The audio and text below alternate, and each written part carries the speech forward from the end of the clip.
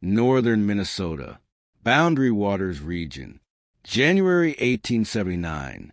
The temperature dropped to minus 22 degrees Fahrenheit, minus 30 degrees Celsius, on the morning of January 9th, and it did not come back up for 11 days.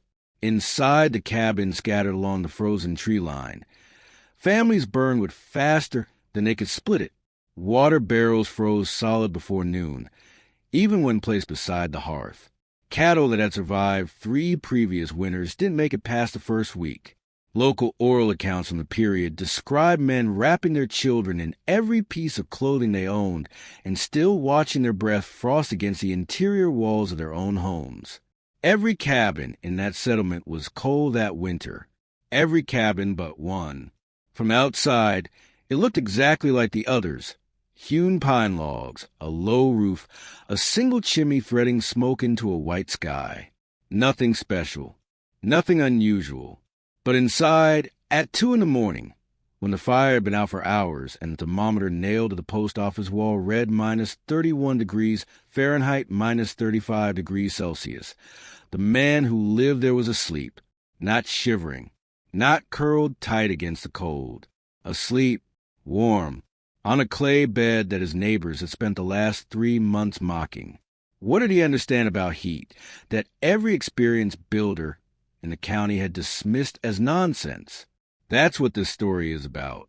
If you've ever wondered how the people who built this country survived winters without central heating, without insulation rated to R40, without anything but stone and clay and fire, stay with me. Subscribe so you don't miss a single technique. Every week, I bring you one real solution that worked when life depended on it. Drop a comment and tell me where you're watching from, because cold is not the same everywhere, and I want to know what kind of winter you're facing. His name was August Vren, Finnish-American, 3rd winter on the frontier, a timber cutter by trade who had come down from the Lake Superior corridor with a team of 2 horses, a young wife named Marta, and 2 children under the age of 6. He was not an inventor. He was not a scholar. He was a man who split wood for a living and had watched his daughter wake up 3 mornings in a row with her fingers white and stiff, pressed against a straw pallet that had spent the night less than 8 feet from a burning hearth. That was the detail that changed everything. The fire burned. The room held some warmth, maybe 38 degrees Fahrenheit, 3 degrees Celsius on a good night. But the floor was a different world. Cold air is heavy. It sinks. It pools at ground level and stays there, indifferent to whatever the fire does 6 feet above it. The straw pallet where his children slept sat directly in that cold pool night after night. The heat from the firebox rose, hit the ceiling, spread sideways, and escaped through every gap in the log walls, while the sleeping surface 2 feet off the ground stayed frozen. Vren had seen something like this solved before. Not in Minnesota.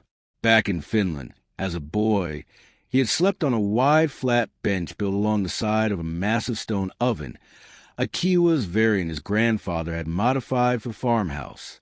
The stone held heat for hours.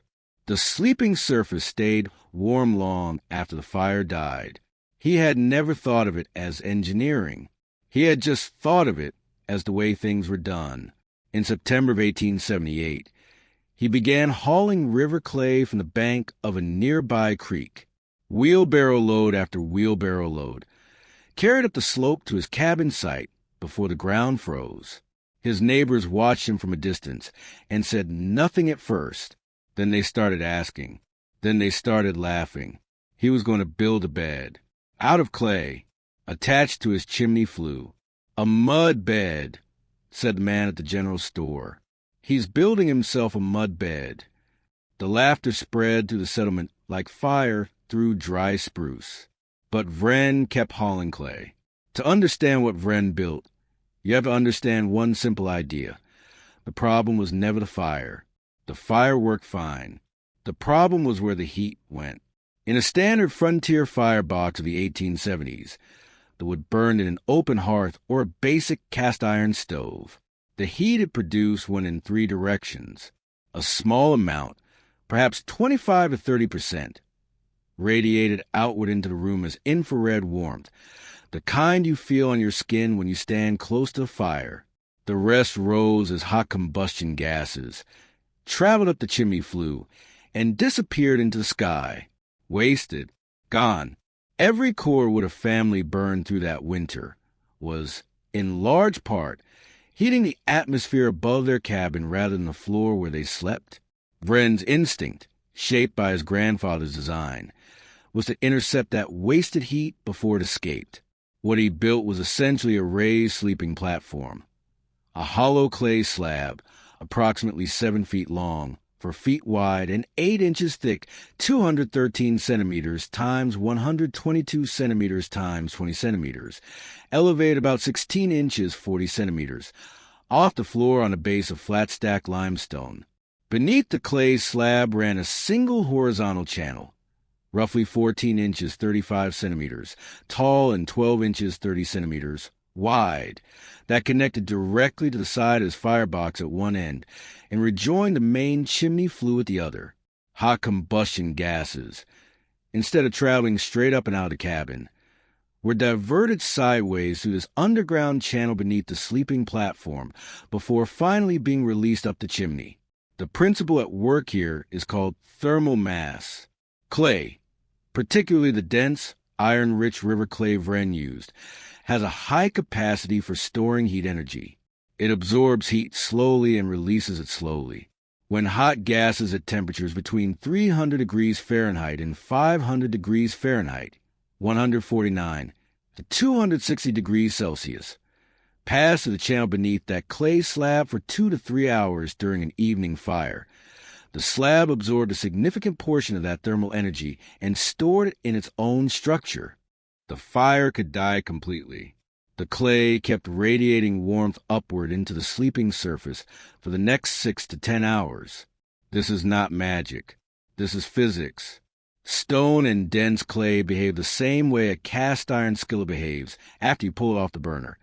It holds heat long after the source is removed. The difference is scale. Vren's sleeping platform weighed an estimated 1,800 to 2,200 pounds, 820 to 1,000 kilograms of combined clay and limestone. That mass acted like a slow battery, charged by the evening fire, discharging warmth steadily through the night. He also made one detail that most people overlook. He sealed the channel joints with a lime clay mortar mixture, which prevented smoke from leaking into the sleeping area. The gases traveled through, heated the clay, and exited cleanly up the chimney. The sleeping surface itself never came into contact with combustion gases, only with stored radiant heat conducted upward through 8 inches of dense clay.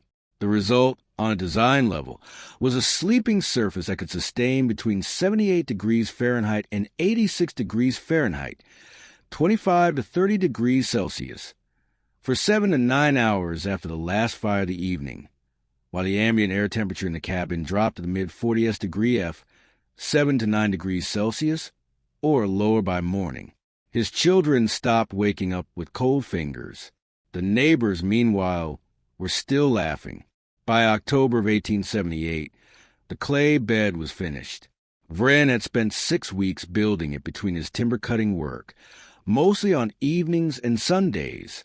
It occupied the north wall of the cabin, the coldest wall, the one that faced the prevailing wind, and it rose from the floor like a low altar, smooth gray-brown clay with flat limestone edges, connected at its base to the firebox by a short horizontal flue channel no wider than a man's shoulders. It looked strange. There was no other word for it.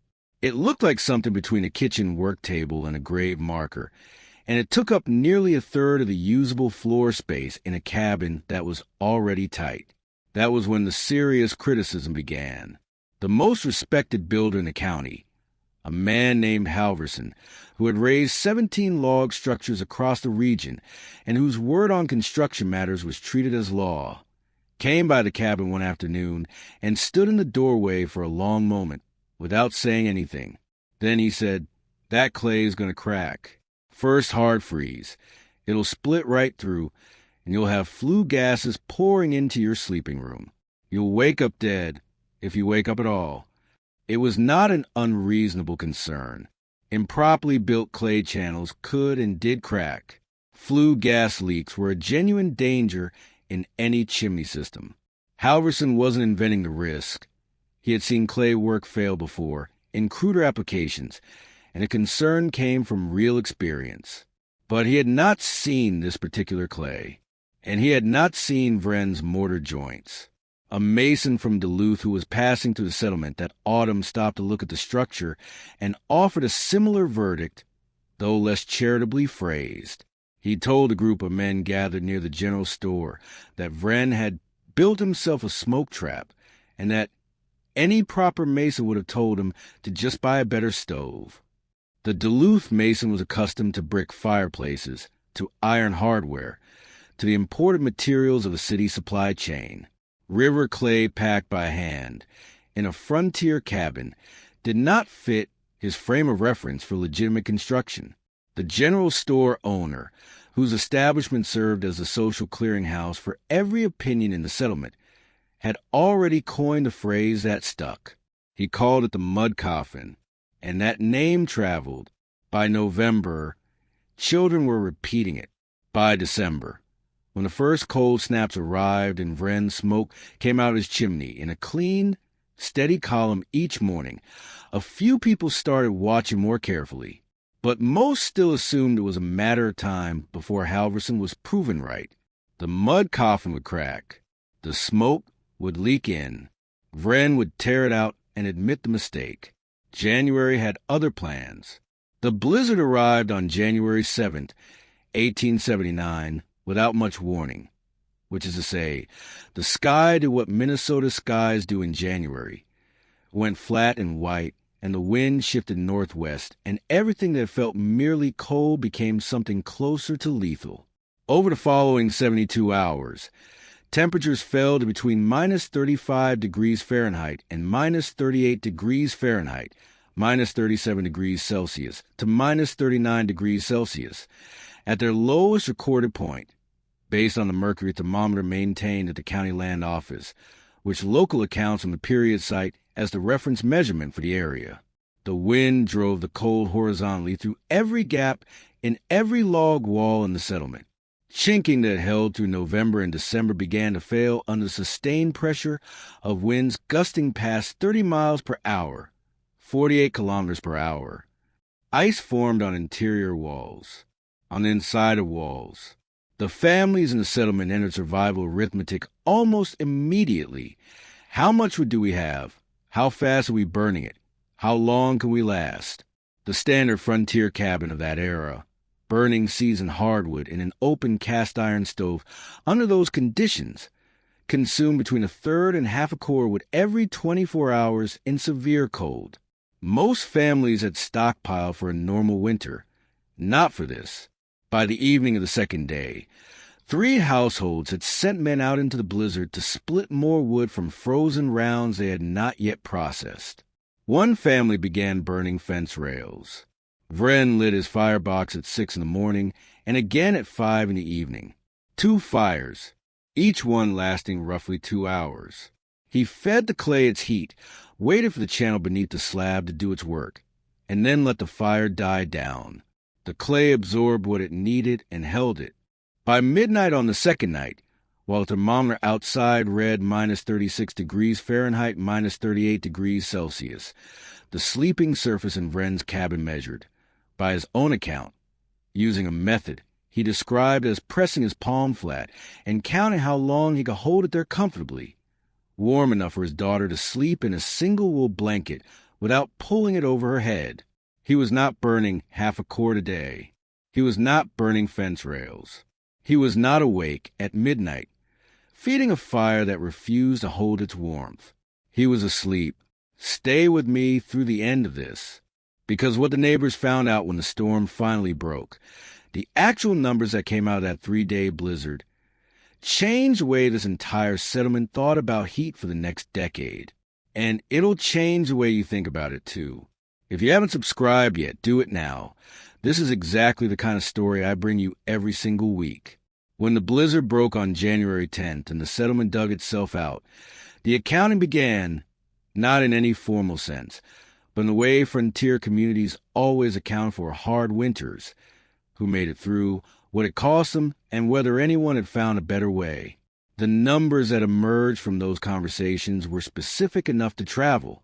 Inside Vren's cabin, at approximately 3 o'clock in the morning on the coldest night of the storm, January 9th, when the outdoor temperature reached its floor of minus 38 degrees Fahrenheit, minus 39 degrees Celsius, the ambient air temperature was measured by Vren himself using a small household thermometer hung on the interior wall away from the sleeping platform.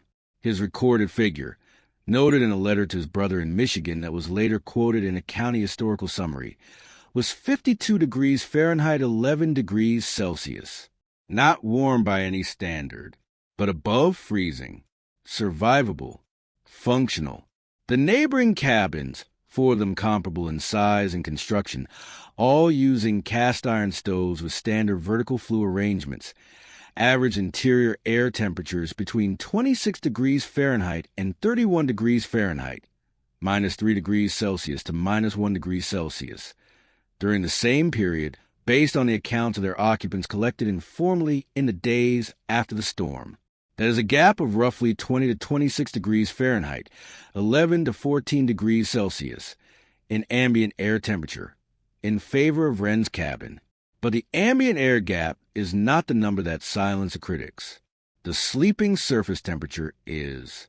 While neighboring families slept, when they managed to sleep, on pallets and rope beds where the surface temperature hovered near the ambient air, Vren's clay platform held a measured warmth of between 78 degrees Fahrenheit and 82 degrees Fahrenheit, 25 to 28 degrees Celsius, through the night, cooling gradually toward the upper 60th degree F, around 20 degrees Celsius, by early morning, against an outdoor temperature of minus 38 degrees Fahrenheit, minus 39 degrees Celsius. That sleeping surface represented a sustained differential of approximately 116 to 120 degrees Fahrenheit, 64 to 67 degrees Celsius, maintained through the night with no active fire burning after 8 in the evening. The 60-degree figure that circulated through the settlement referred to the conservative comparison most neighbors accepted: Vren's sleeping surface versus the sleeping surface in a standard cabin under equivalent conditions. 60 degrees Fahrenheit warmer, not the air above the bed, the surface where a human body actually lay. The clay had not cracked. The smoke had not leaked. The mud coffin had held. On the question of wood consumption, Vren's own accounting, cross-reference with his letter and the recollections noted in county records, indicates he burned approximately 55 to 60% of the cordwood his nearest neighbors consumed over the full winter of 1878 to 79. Nearly half the fuel, for equal or superior thermal comfort, at the point that mattered most, the sleeping surface. Halverson, the master builder, did not comment publicly when these numbers began to circulate. The mason from Duluth had already left the settlement before the storm hit and never returned to inspect the work. The general store owner stopped using the phrase mud coffin sometime in February, though local accounts do not record exactly when. No announcement was made. No meeting was called. No one stood up and said that August Vren had been right and the rest of them had been wrong. That isn't how frontier communities absorb hard lessons. What happened instead was quieter and in some ways more permanent. In March of 1879, when the frost was still in the ground but the worst of the winter had passed, a neighbor named Torkel Berga came to Vren's door and asked if he could look at the clay platform, not from the doorway. He wanted to get down on his knees and look at the channel junction where the flue connected to the base. He wanted to see how the mortar joints were finished. He spent about 40 minutes in the cabin, saying very little, and left with a clay sample wrapped in a cloth. By the following October, Berga had built his own version, slightly narrower, using a different limestone from a local outcrop, but following the same fundamental geometry. He reported to Vren in a brief exchange that his wife had declared it the first winter in 4 years that she had not dreaded going to bed. That detail spread faster than any technical specification.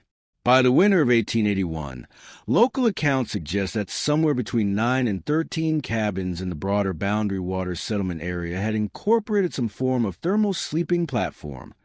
Not all of them clay, not all of them connected directly to a firebox flue, but all of them drawing on the core principle Vren had demonstrated: route the heat through mass, and let the mass do the work through the night. A Norwegian settler who arrived in the area in 1882 recognized the design immediately. He called a variant of the veteran bench, a Scandinavian tradition of heated stone and clay sleeping benches that had existed in northern Europe for centuries. He was surprised to find it here, built by a Finnish-American timber cutter from river clay and flat limestone, but he said it was the same idea his great-grandmother had slept on in Trondheim. It was not a new idea. It had never been a new idea. It was an old idea that had been forgotten during the journey across the Atlantic and had to be rediscovered the hard way by a man whose daughter woke up with white fingers, who remembered something his grandfather had built, and who was willing to haul clay upland in October while his neighbors laughed. Vren himself never sought recognition for any of it. He continued cutting timber. He wrote occasional letters. He kept the clay bed maintained, remortaring joints each autumn before the first hard freeze. Local records note that the platform was still in use in the cabin, by then occupied by his eldest son, as late as 1901. The mud coffin outlasted every critic who named it. There's a reason this story doesn't appear in any architecture textbook. It wasn't invented in a laboratory. It wasn't patented. It wasn't published in a journal. It was built by a man with a wheelbarrow and a memory of his grandfather's farmhouse, and it worked because the physics behind it are real and unchanging regardless of who discovers them or when. Thermal mass is not a primitive concept. It is the same principle that engineers use today when designing passive solar homes with concrete floors and stone walls, structures that absorb heat during the day and release it at night without any mechanical system running. The clay bed that August Vren built along the north wall of a frontier cabin in 1878 was doing precisely that, storing energy in dense material and releasing it slowly at the point of human contact over a sustained period. The distinction worth carrying forward is this: modern heating systems heat air. They push warm air through ducts or radiate it from baseboard units into the room. Air is a poor thermal medium. It loses heat quickly, stratifies by temperature, warmest near the ceiling, coldest at the floor, and provides almost no thermal benefit at the surface where the human body sleeps.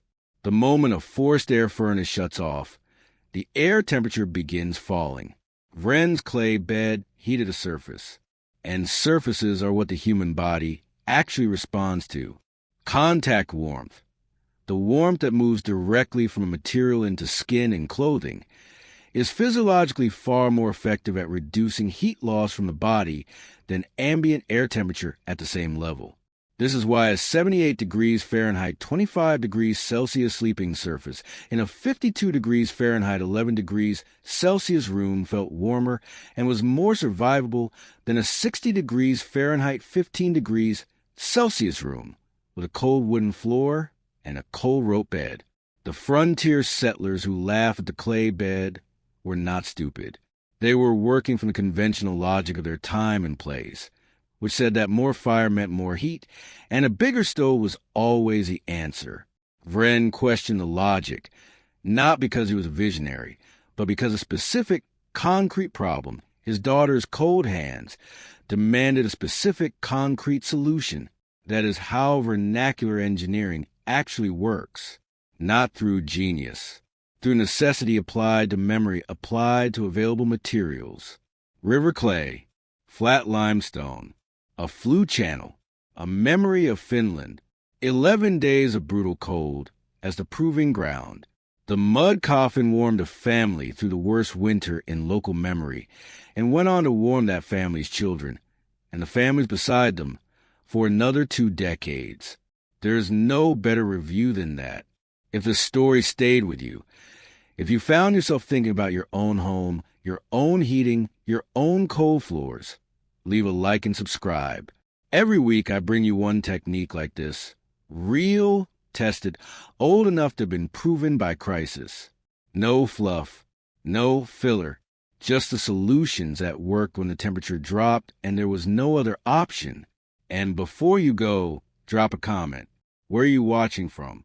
And what's the coldest night you've ever had to survive? I read every single one.